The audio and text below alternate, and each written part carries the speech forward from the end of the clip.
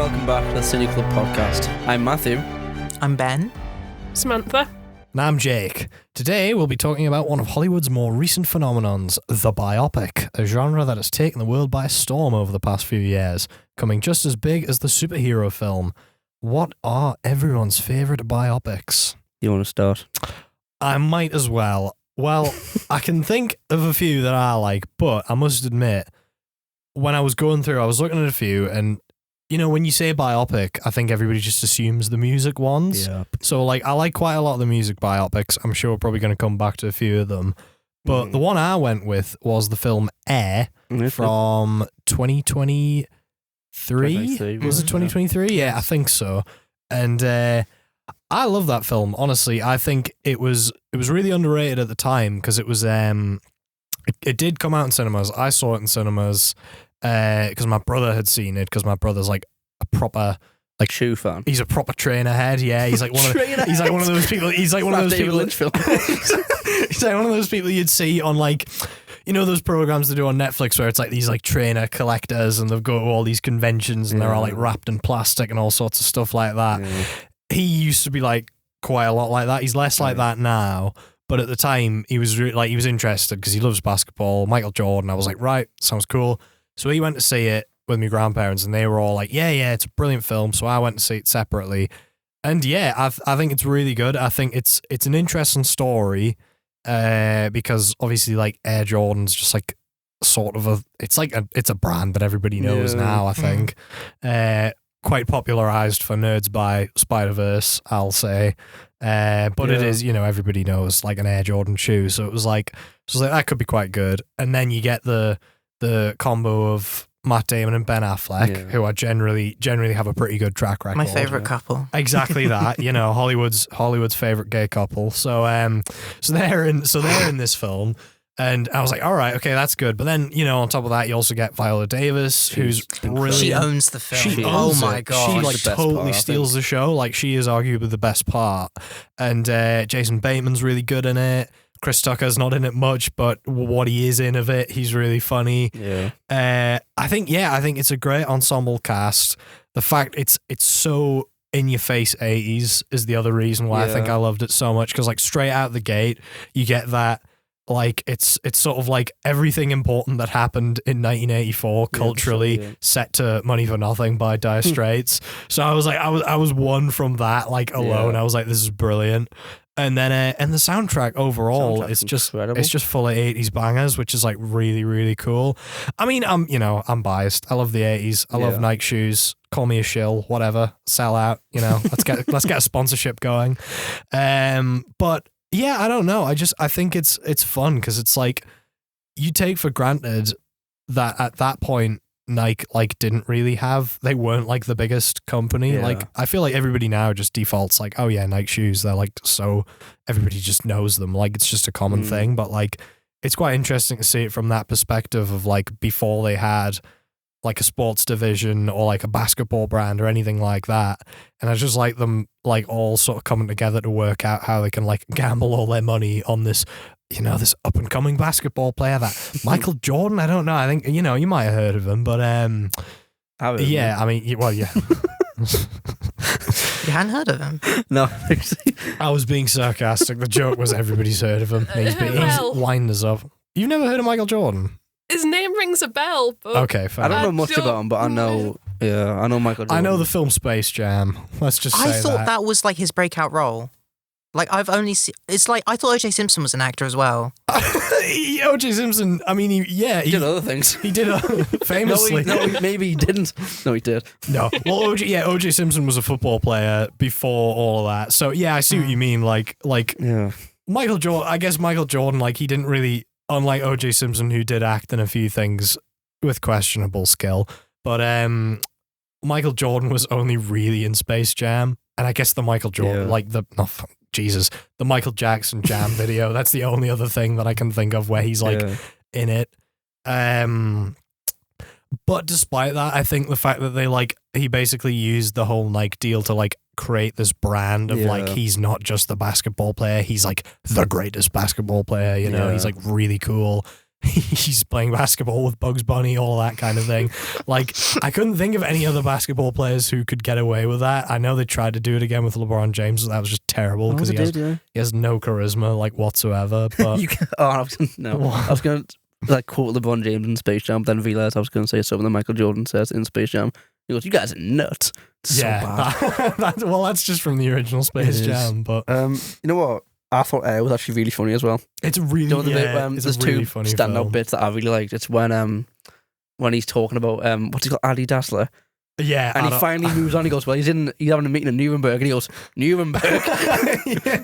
It's like because he's taking the mick out of It was him. that bit, and it was when they tell Ben Affleck's character, they're like, "Right, just come into the meeting a bit late." Yeah, and he comes in, he overdoes it. He's like, "I was just talking about how I'm the owner of $1 billion company, and I really don't have time to be doing this." And they're all looking at, I'm like, "Shut up!" It's like you're gonna ruin this. I like the little guy in the lab, like the little. I like him. They've got the little downstairs lab where he's like inventing all these shoes. It's like, I don't know. It's just I think it's just a good. Because it's really funny that character, the one who he's taking the mick out of because he's like on Adidas's side or whatever, and he's like really funny because there's a bit. It's like towards the end of the film where he like loses his temper, he's like and he like starts yelling at him through the phone, and like Matt Damon's just on the other side. Like that's not the bit I like when he's threatening to like kill him, and Matt Damon goes, "Yeah, what if it goes wrong?" He goes, "I'll be best friends, won't we?"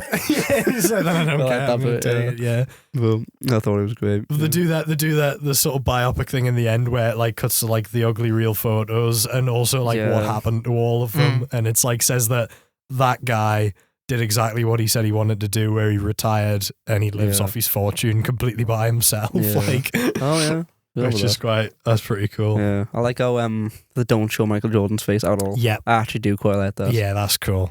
Does he speak for himself? Like the big him up, but like I think having him be like too prominent in it would distract because then everybody really would just be banging on. I just realised that. Yeah, yeah. Wow.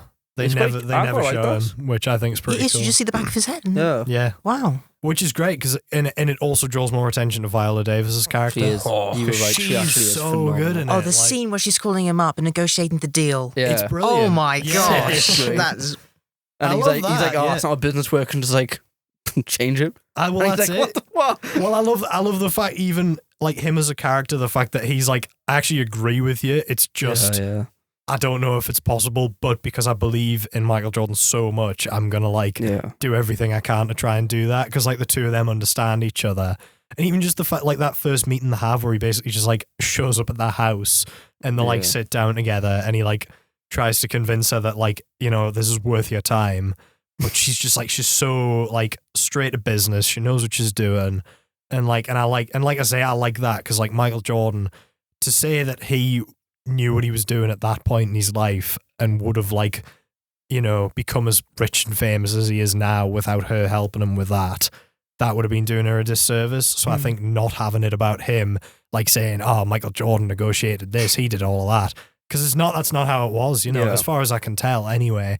I think she's a much more compelling character because she's like the hidden figure in his story, which I think that's where I think biopics work, where they're telling you something that you didn't know before, rather than just trying to retell a story that everybody kind of knows, which is why I'm worried about the Beatles ones. I was just going to say the same. Because like everybody knows the story of the Beatles, it's not like new information, whereas this, I knew what an Air Jordan shoe was. No one knows about but, who made the shoe.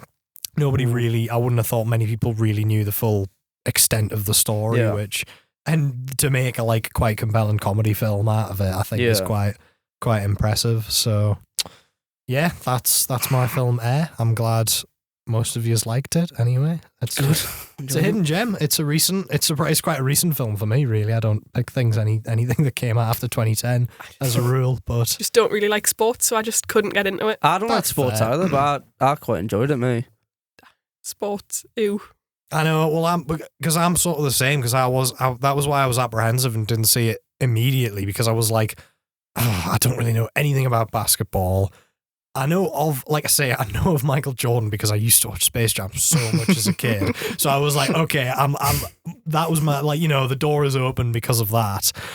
But I was like, yeah, I don't really know anything about how basketball works really, but I think it is a bit more about the sort of brand and side of it. But I can see where you're coming from. I wasn't a Space Jammy sort of kid. I just didn't see it. So there was nothing about the film that just nothing about it. No, that was like, oh yay, I just sort of not even the 80s music, any of that. It's okay. It's okay. It was redeemable with that. Okay, but that's good. The rest of it, sports, yucky. Yeah. I can't speak. What's going on? I'm getting too excited about Michael Jordan's shoes. But the bit in the soundtrack where they start playing Tempted by Squeeze. I was like, what? I was like, Jesus. And then the whole bit where he's talking about the Springsteen song. I thought that was really funny. He's like, I'm belting out enthusiastically. And he's like, and then I probably looked at the lyrics. Well, I like the way they do that. And then they use that song at the end. That's like the sort of thing that wraps the whole narrative up that actually the gamble paid off and he's not going to be like Springsteen. So with the ending, I initially rolled my eyes when he was sprinting. I was like, okay, so we saw this coming. And then he doesn't. He's like, that's terrible. That's terrible. That's awful. It's horrible. I like that enormously. It's like, so funny. Finally, a character I can relate to. Yeah, it's Matt Damon because the whole film, whenever someone has a problem with them, the default to you fat bastard. He's like really upset about it. Like Ben Affleck's like, do you run? And he just looks down at him like, what do you think? I felt so bad for him. I love that. I know. It's a really funny dynamic though. I think he's a really funny character. But yeah, no, there you go. That's my pick. Like I say, I'm glad you enjoyed it. Yeah. What are we going to next? Are we going to we'll just go around the table. That isn't there. So my film that I picked, I've been sort of itching to find some way to talk about it for ages and ages and ages. And it's A Complete Unknown, the second Bob Dylan biopic that they made, because they made one in 2007 with Kate Blanchett and everyone else. About 7 people playing him. Heath Ledger, Christian Bale. Who else? I'm going to have to watch that. Why so many people? Because not to get distracted, but it was meant to be like the different eras of his life. Right. But then it didn't. I don't think it did that well. But it's a very Bob Dylan way of doing that style of film. I think. But yeah. But A Complete Unknown. I think I watched it with you. You did, yeah. I watched it with you, and that was the second time I'd seen it. Was it? I just never told you. Oh. I went before that with all my mates and we all went dressed as Bob Dylan. Oh, that is like that. You've kept that a secret for like a year. That is tragic. I'm very glad you didn't tell us at the time, to be fair, but still. But wow. I like it. I'm not like, I feel bad because I'm quite like, if it's about someone I like and someone I know about, I will watch it, and chances are you're gonna love it. Yeah, you just like, kind of know. I was really apprehensive when Timothée Chalamet was cast because I was into Bob Dylan by then. I was like, really? He's quite a familiar face. I think it's always harder to take them seriously when it's like someone you know from other stuff. But then I think he smashed it. Yeah, he did genuinely look very Bob Dylan. He did. When every time he was wearing his sunglasses or whatever, you couldn't tell it was Timothy. You were like, what? And then you take the glass off and you're like, oh yeah, it is. It's his face, but it's a really convincing transformation. I think it was what got me, like what I really enjoyed about him as Dylan was he got the mannerisms spot on as well. Totally. Like whenever someone, like, especially when it cuts to when he's wearing the sunglasses all the time and he's always on like opium or whatever he was doing, and someone tried it's when he's talking to that girl and she's like, oh, I love you, doesn't that scare you? And he goes, well, I just met you, so yeah. And he just walks off. But I think he's really good. And I think everyone else is great as well. I think the whole cast does a really good job. I think Monica Barbaro as Joan Baez. She's really good. She's really underrated. Boyd Holbrook as Johnny Cash. He's great, tremendous. He has some of the funniest scenes, I think. Yeah, I think any time he turns up, it's like really funny. And Edward Norton as Pete Seeger. Yeah, that's the other one I was thinking of. Yeah. But yeah, they are really, really good in it. Yeah. I love that. I love the fact that it's like it's not just about Dylan. It sort of like depicts the whole Greenwich Village folk music movement, and the fact that it's like not trying to do all of Bob Dylan's life. It's just the start, how he got to Newport, and basically like stops once he goes electric, and then it's not folk music anymore. I think that's a much better way of trying to do it and like concentrate it into a smaller thing, which I think is something that they've started doing in more biopics recently, which I think is Springsteen. They did it with the Springsteen one, and there was another one that I saw not that long ago that did that. I can't remember what it was though. It'll come back to us, but like where just focus it. Actually, it might be the Michael Jackson one. It's not out yet, but they're doing the same thing with that, where I think they're just doing from the Jacksons up to like bad and then cutting it off at that point. Yeah, I mean, you know, it's going to end with the Pepsi incident because the blood blows up. No, but I think it's a better way of doing it because there's too much ground to cover sometimes, and like Bohemian Rhapsody was like arguably the one. Oh God, don't bring up that film. That was like arguably the one that started the whole trend, but like that tries to do the entire story of Queen but you know, they can't do it. They're just doing it so badly. Yeah, but it's just such a Hollywoodified version of that story, and like because they had to like cook it down into like a 2-hour narrative, and it just doesn't work. You know, it's like historically inaccurate, and it's full of lies. That's the thing. It's just like most of it's not right, and it's just like seems so false and like just, you know, not genuine at all. There's one thing like taking creative liberties for stories a little bit, and then there's another thing just being lazy and making multiple lies and then presenting them as if it's the truth. To try and make it like it's a factual story, and then but people it's not. believe it, and then it's like, no, stop being an idiot. Well, speaking of that, there's a bit when James Mangold, when he wrote the script, he got in contact with Bob Dylan thinking he would never get back to him, and he went, "Oh, do you want to read the script?" And Bob Dylan got back to him, which is like insane. Yeah, because he like ignores everything generally. He went round to Bob Dylan's like mansion where no one ever goes, and Bob Dylan was like, "Sit down." And Bob Dylan read the script. Like he was reading his part. Yeah. Oh, he did. He did a table read, didn't he? Yeah, he did a table read. Just him and James Mangold, and he's reading Timothy Chalamet's part. And then for some reason he went, "I want to add this bit." And something then that never actually happened. James Mangold goes, "Oh, who was it?" And he went, "Don't know, never happened." And it's the bit where you know, when he meets the blues singer when they're recording for Pete Seeger's TV show. Yeah, that never happened. Oh, did it not? No, that guy doesn't exist. But he's the son. The guy who plays him is either the son.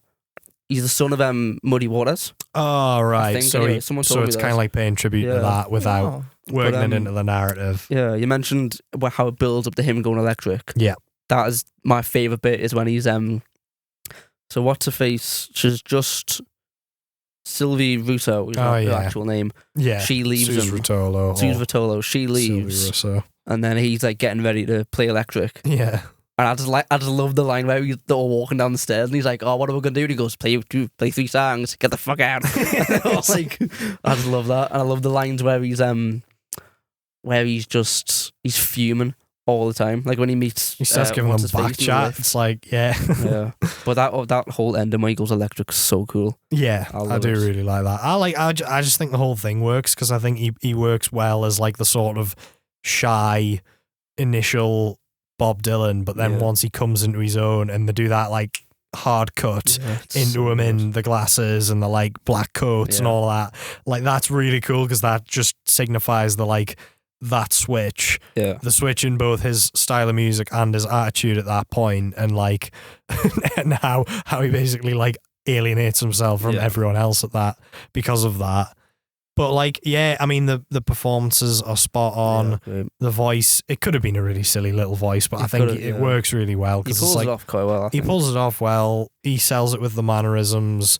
He sings the music really well as well. That's another thing that I think gets slightly overlooked because not to keep coming back to Bohemian Rhapsody, but like to slight that one more time, that's not actually him singing, isn't it? No. So like Timothy Chalamet basically had to teach himself how to look like Bob Dylan, talk like Bob Dylan, sing like Bob Dylan, and like have all the sort of Bob Dylan-isms. When he was getting ready. I'll send you the video later because it's really good. Right. He's on the set of June. Oh, yeah. He's playing, I think he's playing Mr. Tambourine Man on guitar. I've seen that. I'm sure he's got his still suit on. And he's playing his guitar, and I'm sure he has like a table tennis table over on the other side of the dressing room as well, which at the time was no one thought of it, but that was foreshadowing. How long in advance does he prepare for these roles? Apparently he'd been prepping for My Supreme for like 7 years or something. He said he took like 7 years to teach himself how to be that good at table tennis. I never used to like him, but he's really good. He's one of my favourite actors. Proper white boy of the century at the minute. I love him. He's like, I want everything good to happen to him. I want him to win his Oscar. I want him to keep getting invited on SNL because he's really funny. I love the guy. I think he should have won for Complete Unknown. He should have, because I think he absolutely nailed it. I am biased, obviously, but I think if the film had came out 10 years ago, he would have won. but because the biopic genre's kind of become just a thing, and like the script says, it's almost become like a Marvel cliche thing now, where they're like, they're doing like crossovers and like trying to like. Well, to be fair, they're doing those Beatles films. They're doing a Roy Orbison film. They've done a Bob Dylan film. There's only 2 more away from having a Traveling Wilburys film. Ah, that's true. Actually, get all of them. Yeah. That'd be interesting. Yeah. But the problem is, I say all of that, I still lap them up though. I cannot. Do you not? No, they really, really, really, really get on my nerves. Right. What was your pick? Actually, I'm just. Oh yeah. Rocket Man, because it's the biopic film that Rocket Man. I don't despise. Okay. Rocket Man, because Rocket Man's not like formatted like the rest of them, is it? Rocket Man's like a musical. It doesn't pretend to be accurate, and that's the full point. Where it just it's like sort of telling it through the drug sort ofness of it, so it doesn't. And people can tell that it's not meant to be accurate, but other ones pretend to be, and it really annoys us. Yeah. Rocket Man works really well because Rocket Man, it plays out like a musical. So it's like, I could imagine that being like, because obviously like biopic films are like quite a new thing, but like stage shows where it's like the story of this singer's life, they've been around for years. So like Rocket Man almost feels like one of those where it's like every time they do like, oh, we need to throw in an Elton John song here, it's like, let's make a massive like musical number and everybody's getting into it. And it's like you say, it feels like this drug-fueled fever dream where this didn't actually happen, but like it's still sort of telling the story. Yeah. I mean, I don't know much about Elton John, to be honest, so I don't know how accurate it is, but I don't know. All we need to know is Romeo and Juliet. Yeah. Well, that's the most important thing, really, that he ever did, so arguably. It actually is, though. It is great. Can't forget about Sherlock Gnomes as well. Oh, that one's so underrated. Underrated sequels episode, Sherlock Gnomes. Exactly. We need to get it in there. It's perfect. Rocket Man is really good, though. I like the soundtrack's great. I also like Richard Madden as what the hell is he called? The evil gay fella. John Reed. The evil gay fella. Elton That's just sort of, no, because Elton John's the nice gay fella. Well, probably not, but. I do like how Town Edge, and like I'd heard this, it could be lies. When he was doing this film, he like purposely got someone like shave his hairline back for when he was playing an older Elton John. Oh, and really? Barbara were like, do you really want to do this? And he was like, yeah, go on. Whatever happened to Taron Egerton? You don't see him and stuff anymore, don't He's you? He's tat now. I know. Is he really? He's just in like pants films. Oh, I thought he was on the up. Well, I haven't really kept up with him, so yeah. The only thing he's good, mind. I do like him. He's still good, but like that's weird though, isn't it? Because I was just thinking maybe I mixed them up in my head, but Rocket Man and the second Kingsman, which also had the actual Elton John in. Yeah, and then he sings Elton John's song in Sing. Why was Elton John? They're like best mates. Why was there so much like overlap in cinema at that time between Elton John, Taron Egerton? Go on. Well, that was around 2017, wasn't it? Mm-hmm. More, I can't say that, actually. I've got a joke, but I don't want to. No, I'm not saying it. Okay. Well, I was going to have like Elton John was like killing off like Bowie and Prince and Tom Petty and he was getting himself cementing his legacy. Like he's like I'm still here. It's like the Quickening in Highlander. Every time one of them died, he's like, another biopic. Let's go. Yeah. There you go. I think Rocket Man was the first like biopic I'd seen. Elton John was the first musician I'd probably got into him, other than like Michael Jackson. Yeah, but I do like Elton John. You don't, do you? I don't mind him. I think it might just be because of. I think it's because you're homophobic. He's homophobic. Yeah, that's what it is. No, man, it's because I think those biopics actually. I think they actually did put us off the bands because I don't really like Queen either, which is like. I'm not that big. I know. I'm sorry. What is wrong with you? I think they're a bit overrated. Yeah, that's all it is. I think the next time I see someone saying Bohemian Rhapsody is the best song ever, I'm clipping them across the head. I don't know. A Bohemian Rhapsody I'll defend. It's just everything else I'm not that bothered on. But like, you're just wrong. I know. It's not that I don't like them. I just think because I grew up when they were coming out, and those films. How old are you? Oh, the films. The films, man. I mean, in that time period, Queen and Elton John music was inescapable because everybody had like seen those films and like decided that they were like the best thing since sliced bread. We had a lad in our school who thought he was Freddie Mercury. I'm not making that up. He used to run on the scream, running around the schoolyard shouting "AO," and I'm not like he would do the thing. The Live Aid. Someone's going, "Shut up, man! We're sick of it." And I was like, "Oh my god." You sure he wasn't just doing the Banana Boat song? That's not what that is. We're going to move on immediately. Anyway. Oh, no, I do. That's what I meant.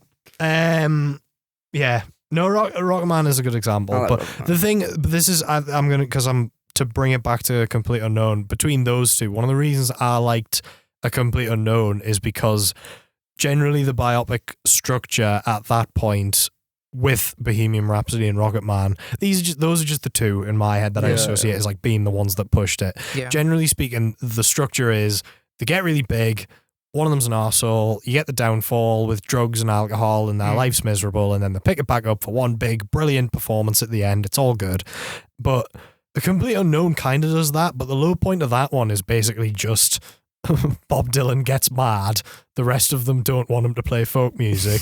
He plays the folk music anyway. Like they don't make him. They don't make him do like, you know, the either could have like spiraled it and be like, oh, he's on loads of drugs. He's an alcoholic. Everybody's worried about him. But they don't do that. He's like really sure of himself. Well, he hit it quite well. Yeah. He was like, I think brought him up on it, I don't think. Because Bob Dylan, just in his nature, it just seems like he's made of drugs. Like he's not even like on drugs. It's just him. I also liked, this is the last thing I'm going to say about A Complete Unknown. I like the little references they made to like actual like to the Bob Dylan like mythos or whatever. Like the whole thing about Pete Seeger going to grab the axe. Which was like a rumour for years that he was actually going to start smashing he's stuff gonna he's going to chop all the kit up when he was playing at Newport. And then the other one, it might be a reach, but you know the film ends with him on the motorbike. He's driving off. I reckon that might be a reference to the motorbike crash he had.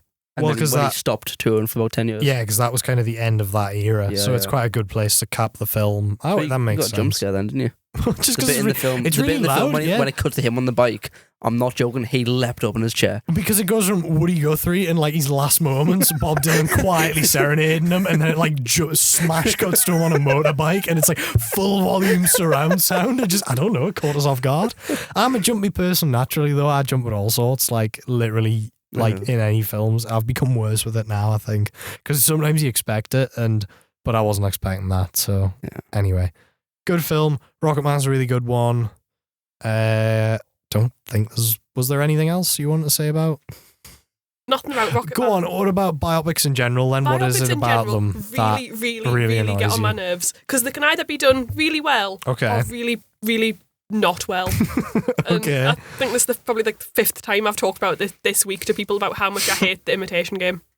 Oh, right. I despise it. I've not seen that one, but... Don't. Is that the one about Alan Turing? Yeah. Butchers the character. It completely changes history. There's one thing taking like creative license to be like, oh, we'll do it this way slightly differently. There's another thing, getting people who never met each other and making them into major plot points. And it's like, what are you doing? You are butchering like a piece of history that's fascinating anyway. Yeah. He's completely changing his character. Yeah. But it's such a thing now because it's like the whole Oppenheimer thing. I know everybody like jokes about them like name dropping historical figures like it's a Marvel film, which is like this in itself. Young lawyer from where he's from, John F. Kennedy. It's like shut up. Doing Albert Einstein. Yeah. Anyway, shall we cover Patton? Yeah. So what do you guys think? Sell us on Patton. Okay. I thought it was brilliant. I'm so glad. Yeah, I'm so glad. Really did good. Oh, that bit was class. Yeah, that bit. And then the guy, that bit, I didn't, sorry. Well, for me, what I love about it is that it starts with him giving the rousing speech to the soldiers behind the American flag, and it's all, hoorah, kill him, ah. Yeah. And you think, this is going to be your typical... War is amazing. Yeah. You know what, guys? We should die for our country. I would love to. But it's awesome. Not. Yeah, sign me up. It's like he's a poet and he thinks he's been reincarnated several times and he's a historian. Right. And there's a wonderful scene where they're driving along. He's like, take me to the battlefield. And he's like, sir, it's this way. And he's like, no.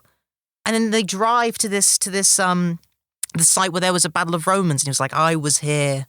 And the Carthaginians were there and we fought. Yeah. And it's just, he's so whimsical. That sounds really good, actually, yeah. He mustn't have gotten that far into it. I really didn't expect you to say the word whimsical talking about Patton. No, but he is. And he's that's the joy of it. Having the ivory handled revolvers and the ridiculous amount of medals. And he goes into the med bay and he finds the soldier who is shell shocked and he just like slaps him on the head like, get this yellow belly bastard out of here right now. I don't want him. Yeah. That sounds really good. Okay, never mind, you've sold us. Yeah. I will watch that now. And so much of it is just the politics of him and Monty rushing to get to Berlin. So there's a really nice bit where they're in the German command center. Mm-hmm. Yeah. And they're like, oh, Scheiße, Patton's taken Sicily or whatever. And then it cuts to Monty and it's like, damn, Patton's taken Sicily. And it's just... Yeah. Yeah. Is it George C. Scott who plays It is, Patton? yeah. Right. It's his role, really. Yeah, I mean, that's that and Strangelove. That's what I was just about to say, because I have seen him in Doctor Strangelove, and he's really, really good in that. No fighting in the war room. It's so good. I like to think that they're the same characters at different points in their lives. Yeah, there's like a through line, and it's just that is like, later on. That's one of his reincarnated versions, the Doctor Strangelove character. They even made a sequel to it. Really? To Patton, which is crazy because the film ends 1945 and literally he dies in a car crash a few months after. So I have no idea what they're going to do. Comes back. Because it's like they've taken the Third Army away from him. Again. He's been too rude, so it's just going to be him doing paperwork and being moody. I don't know what they were thinking, to be honest with you. Like a sitcom. Where he's just all the time. Maybe it's about his son. It might be like Rocky V, but like he's like training up his son or when something. He's dead. When he's dead, yeah. Like a force ghost. He couldn't do paperwork if he was. Yeah. Well, he could do like The Fly too. That's how the sequel of The Fly is basically just the son was born with the same thing, and he gradually mutates into The Fly as well. It's not a very good film, unsurprisingly. No. But Jesus, yeah, it's possible. You never know. This one's class. The Fly 2. The Fly 2. Patton sounds good. Eric Stoltz in it. It's all right. It's not a great film. It's not the worst thing I've ever seen. Anyway, yeah. Why are we talking about The Fly 2 in the Biopics episode? I have no idea. Yeah, that does sound good, though. I must admit. Yeah. Well, I think that's all we have time for today. We've covered a lot of ground. From Air Jordans, Bob Dylan, Bohemian Rhapsody, Rocket Man, and Patton. Are there any biopics that you would like to see in the future? What would you think the worst biopic ever would be? Great question. And do you think the format is becoming too stale? Get in touch with us through our TikTok, Facebook, and Instagram pages. They're all great ways to keep up to date on Cine Club podcast content and updates. As always, this episode was recorded and produced by us, the Sunderland University students, as well as being engineered and edited by Emily Main. Special thanks goes out to Steve Cannon, Barbara Sadler and Richard Berry. A reminder that our 4 cinematic biographers this week have been me, Jake. Me, Matthew. Me, Samantha. Me, Ben. This has been a Cine Club production for Spark. Thanks for listening.